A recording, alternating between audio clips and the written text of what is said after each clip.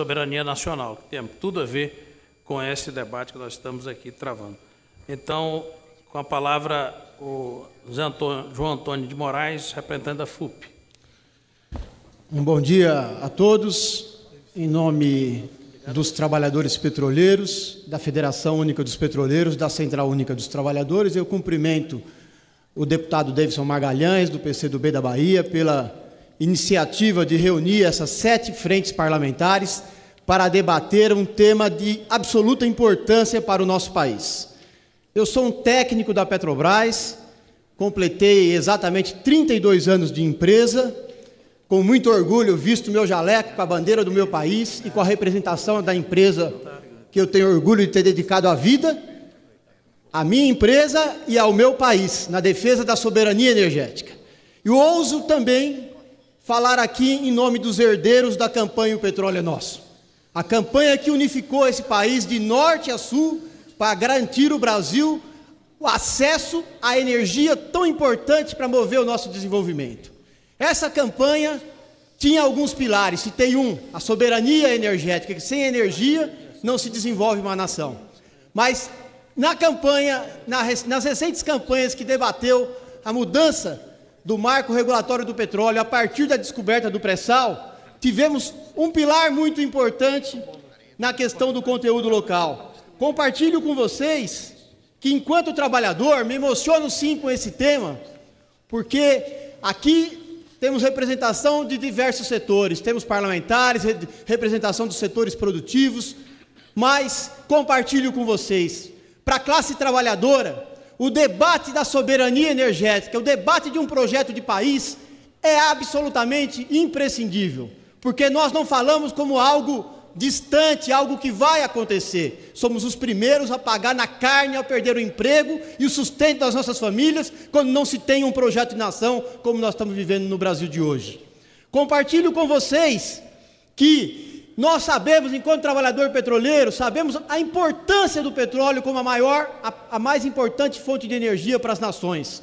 No entanto, sabemos igualmente que a geração de emprego e desenvolvimento nessa indústria, ela não se dá em grande monta. É um setor que é preciso agregar muito capital, muita tecnologia, mas efetivamente os empregos, o desenvolvimento se dão nas pontas das cadeias produtivas. Isso é, na produção dos insumos, nos estaleiros, fazendo plataformas, fazendo navios, e no outro extremo, na indústria química, petroquímica, na indústria dos transformados plásticos. Compartilho com vocês aqui porque que para nós, trabalhadores e herdeiros da campanha do Petróleo é Nosso, é de suma importância que, mais do que um bem natural importante, o petróleo se traduza em desenvolvimento para a nossa gente, em geração de emprego e renda.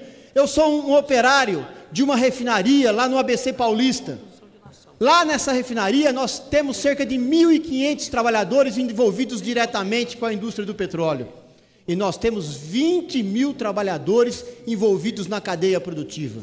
Esses são os números. Portanto, temos absoluta certeza que, se o Brasil abrir mão de usar esse grande insumo para desenvolver a sua economia, efetivamente não teremos emprego e não teremos renda. Seremos meramente um exportador de produto in natura. E o que são países exportadores de produtos in natura? Estão condenados ao subdesenvolvimento. Foi citado aqui, pegaremos o exemplo da Noruega ou pegaremos o exemplo de Angola? A Noruega, no início dos anos 70, parlamentares, era praticamente uma colônia de pescadores, o país mais pobre da Europa. Ao descobrir o petróleo e o gás, e sim exigir conteúdo local, aquela nação é hoje o país mais rico da Europa, desenvolvida através, sim, do conteúdo local. Nós precisamos, mais do que produzir o bem natural, nós precisamos utilizar esse bem, e que eu compartilho com vocês. Petróleo não tem segunda safra. Produziu, acabou. O Dalai Lama disse uma vez: os bens naturais, mais do que herdarmos das gerações passadas, nós tomamos emprestado das gerações futuras. Então eu pergunto, que direito tem uma geração de torrar o petróleo do pré-sal sem efetivamente estruturar uma nação? A redução do conteúdo local fará com o ciclo econômico do petróleo que nós estamos vivendo nesse momento repetir o que já vivemos com outros ciclos econômicos. O que ficou para o nosso país do ciclo econômico do ouro, da nossa querida Minas Gerais, chegou a ser produzido 6 vezes todo o ouro produzido no planeta. O que ficou para o nosso país? O que ficou para o nosso país do ciclo da cana-de-açúcar, do ciclo do café, todos os produtos in natura? Nós vamos repetir com o petróleo a mesma coisa? É necessário que esta casa tome a iniciativa e conclame a nação a não jogar o seu destino fora mais uma vez. E isso está diretamente atrelado com o conteúdo local, que aqui eu faço uma pausa, presidente, para pedir, é preciso popularizar esse debate. Então nós temos que chamar de conteúdo nacional, porque o local fica algo etéreo, o povo muitas vezes não entende o que é. Conteúdo nacional está diretamente relacionado a essa questão. O Brasil está jogando fora o seu maior agente econômico, que é a Petrobras.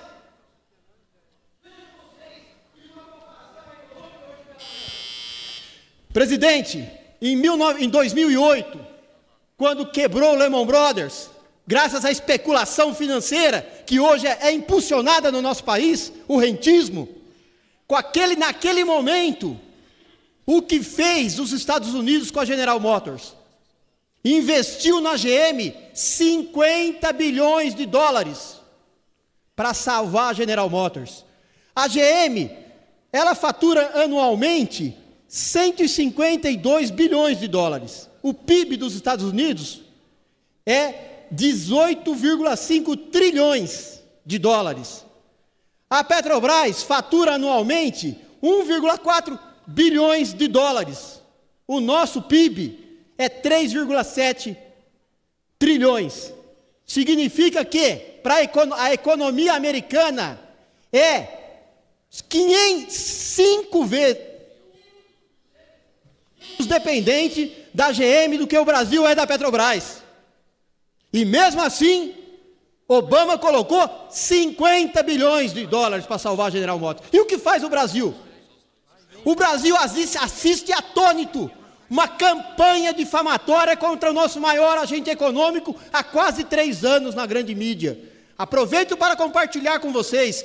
2016, a Petrobras fecha o 3º ano com um prejuízo fabricado contabilmente. 3º ano. Em nenhum desses anos, a nossa Petrobras faturou menos do que devia. Da onde está a mágica dessa mentira fabricada do prejuízo? Desvaloriza-se o patrimônio da empresa, num primeiro momento alegando a queda do barril do petróleo, acertadamente, quase todas as petroleiras fizeram, e abate-se o patrimônio do que a empresa faturou. Então a empresa que lucrou vira deficitária. Pois bem, no primeiro ano, quase todas as petroleiras fizeram. No segundo, menos da metade. E em 2016, quase nenhuma fez. E aí o que era um lucro astronômico vira nas manchetes de jornais prejuízo.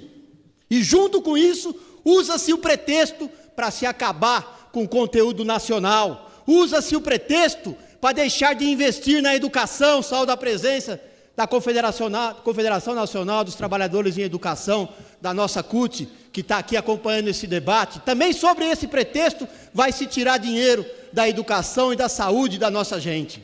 Então, algumas medidas que estão sendo tomadas, brasileiros e brasileiras, chama a responsabilidade o Congresso Nacional. Nos faz parecer que o Brasil de 2017 é a França de 1945. Porque parece que nós estamos não sob o controle de um governo nacional. Parece que estamos sob o controle de uma tropa de ocupação estrangeira, que entrega o futuro da nação. Agora, tem uma frase que diz, muitas vezes na vida, é preciso salvar o capitalismo dos capitalistas. Então, a nós, trabalhadores, parlamentares, não nos cabe o choro, chorar na cama que é lugar quente. Nos cabe a luta em defesa do nosso país, em defesa da economia nacional, em defesa da geração de emprego e renda. E conclamo sim os setores produtivos da nossa economia, prefeitos, vereadores, deputados, que têm ainda algum tipo de compromisso com a nossa gente e com o nosso país. Quase destruíram a cadeia do petróleo e gás. Nesse momento, fazem a mesma coisa com a carne. Qual vai ser o próximo passo? Nós vamos permitir? Quero lembrar a todos, encerrando aqui a minha fala, que tudo isso começou, não por acaso, com a espionagem denunciada pelo Wikileaks, da CIA, em cima da Petrobras. Logo depois, em cima da presidenta Dilma. Qual a nação que mais lucra com a redução da nossa cadeia de petróleo e gás? A mesma que espionou. Qual a nação que agora toma o nosso mercado de carne? A nação que espionou. Se comprometeram com a quebra da constitucional no nosso país, ao promover um impedimento sem crime, parem, não paguem o que estão devendo. Não paguem o que estão devendo com o sangue do povo brasileiro. Com a destruição da economia nacional, com a volta ao Brasil agrícola. Fecho aqui e encerro. Amigos e amigas, não há na história dessa indústria, no mundo, nenhum exemplo de uma nação que usou o petróleo e o gás sem planejar, sem usar ele na sua economia, que ele tenha sido bom para o povo. Todos os países que fizeram o que o Brasil começa a fazer, entregando ativos, privatizando, terminando o conteúdo local, mergulharam na miséria. Portanto, conclamos a todos, não o que o irmão do norte nos manda fazer, vamos fazer o que eles fazem lá. Agora, por exemplo, Trump proibiu a Ford de instalar uma empresa, uma filial no México. Se instalasse, eles iam cobrar 50% de imposto para trazer carro para os Estados Unidos. Enquanto nós estamos fazendo o quê? Tirando da Petrobras e entregando para operadoras estrangeiras. Tirando dos nossos estaleiros para fazer em Singapura, fazer no México. Presidente, só um minutinho mais de paciência, que tem um relato que eu preciso fazer para vocês, enquanto trabalhador dessa indústria, que eu estava esquecendo. Porque muito se diz, eu, enquanto brasileiro, defendo o conteúdo nacional. Mas quero relatar para vocês, quem diz que o conteúdo nacional é ruim para a Petrobras, está mentindo. Compartilho com vocês. Muitas vezes, quando temos um equipamento importado, produzido em outra nação, e esse equipamento dá um problema, até se deslocar, porque são equipamentos altamente tecnológicos, se deslocar um profissional qualificado para vir fazer a manutenção que é necessária, a plataforma fica parada por dias, a refinaria fica parada por dias, por semanas. Quanto custa ao país uma plataforma parada esperando chegar uma peça, esperando chegar um técnico estrangeiro para consertar? Podem ter certeza, eu não sei se esse número dos 40% a mais do estaleiro de Angra é verdadeiro. Vou partir do pressuposto que seja. Uma plataforma parada é muito mais caro do que esses 40%. Podem ter absoluta certeza disso. Então, pelo bem da Petrobras, o nosso maior ator econômico, pelo bem do nosso país, da economia nacional, e pelo bem da classe trabalhadora, que tem sim o seu destino.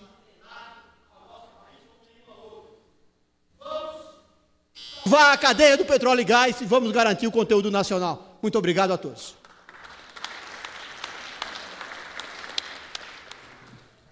Registrar a presença da Universidade Unievangélica